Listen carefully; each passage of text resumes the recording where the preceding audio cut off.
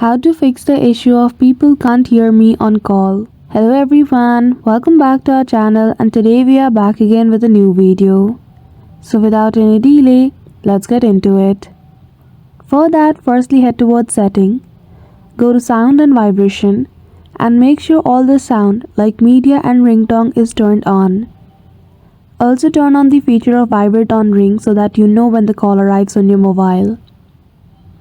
After you turn on the feature of ringtone and media, the person on the other end of the call will be able to hear you and you will also be able to hear them with these sound settings. Now even after this setting, if your problem is not solved, simply try to restart your device. And that's it. That is how easily you can fix the issue. So I hope you found this video helpful. If you did, don't forget to give it a thumbs up and subscribe to our channel for such tutorial. Thank you for watching till the end.